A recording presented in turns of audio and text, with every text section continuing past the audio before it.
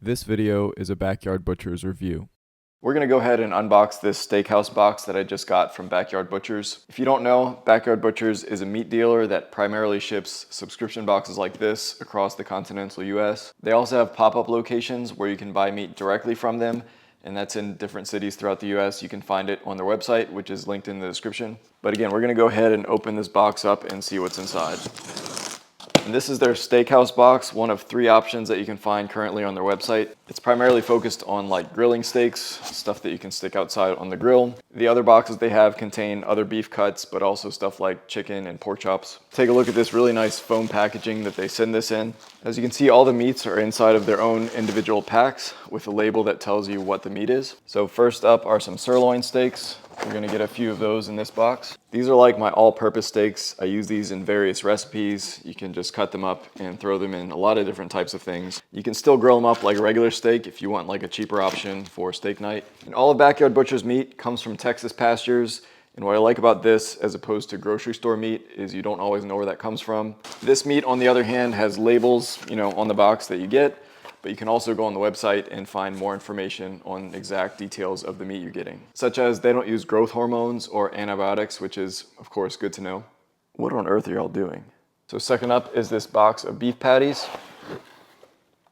And these are double portion sirloin burger patties. They're a little more than a quarter pound each, and they make really great thick burgers, which I really love. All right, moving down the line, next up is ribeyes. These are the king of steaks in my opinion.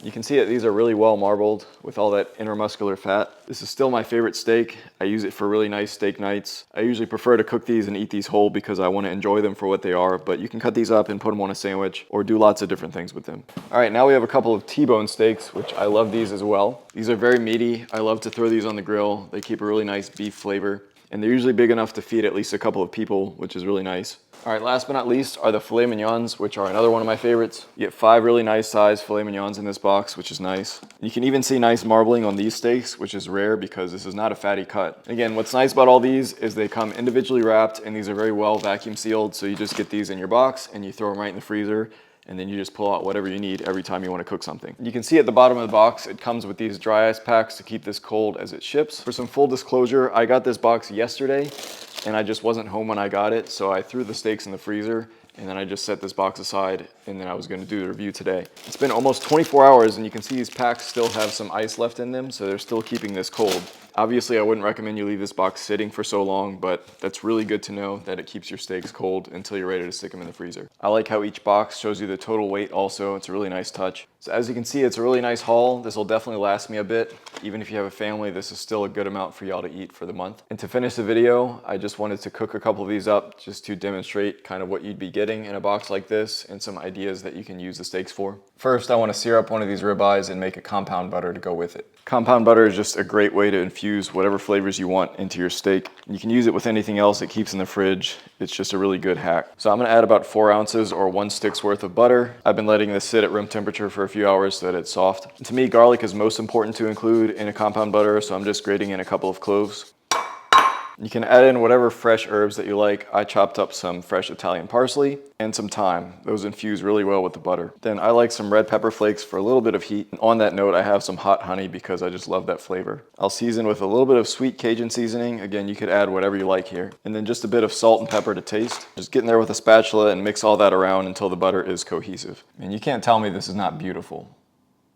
And then what I do is lay out a bed of plastic wrap and dump the butter on top of that. And then I'm gonna roll it on my counter to really get it into a cylindrical shape. All right, and there you have it. I'm gonna let this sit in the fridge for a couple of hours to firm up. Now that the ribeye has thawed out, we can cook it. It's best to go in there with some scissors and cut all the way around the meat. You'd hate to cut a hole too small and mangle the meat trying to get it out of the packaging. And by the way, I hate vacuum sealing my own meat when I buy a package at the store, so this is such a game changer. You always want to pat dry your steaks before searing because that moisture is going to inhibit the browning, and we don't want that. And I'm only going to season this with salt on both sides. I really want to get the flavor of the steak when I'm eating it, and I don't want to overpower that. The compound butter is going to fill in the rest of the gaps anyway, so this is going to be perfect. I'm going to add some oil into this ripping hot cast iron. We're just going to lay that away from us. Does not need to sear long, like a minute per side.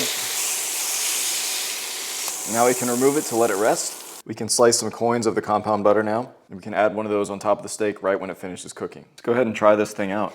Got a nice medium rare, You just gotta make sure to sear on extra high heat to not overcook the inside. Cheers.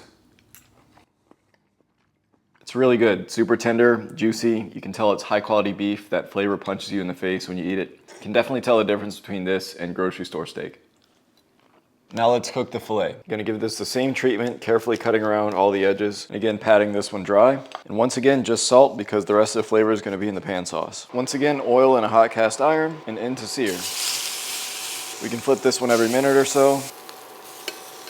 I'm gonna pull it once it reaches about 115 Fahrenheit. For the pan sauce, we'll start with a little bit of chopped onion, clove of garlic, sprigs of thyme, and I'm deglazing with some red wine. Once that reduces, we can add some Worcestershire sauce, a little Dijon mustard, and finish with heavy cream. Let's get some slices against the grain. Again, that's a pretty perfect medium rare, and this is already falling apart. It's so tender. Pour over some of that pan sauce.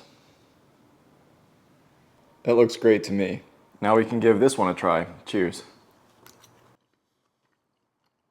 This one you literally barely have to chew. Of course it's filet mignon, so it's going to be tender on its own, but definitely cutting against the grain makes a huge difference, so always do that with your steaks. I'm certainly a fan of this meat, and I enjoy the variety that comes with a box like the steakhouse. I always like trying different things, not just grilling up a steak like usual, and this box gives me that liberty. I hope you learned a thing or two about making steak in this video. Thank you all for watching, be blessed, and I'll see you next time.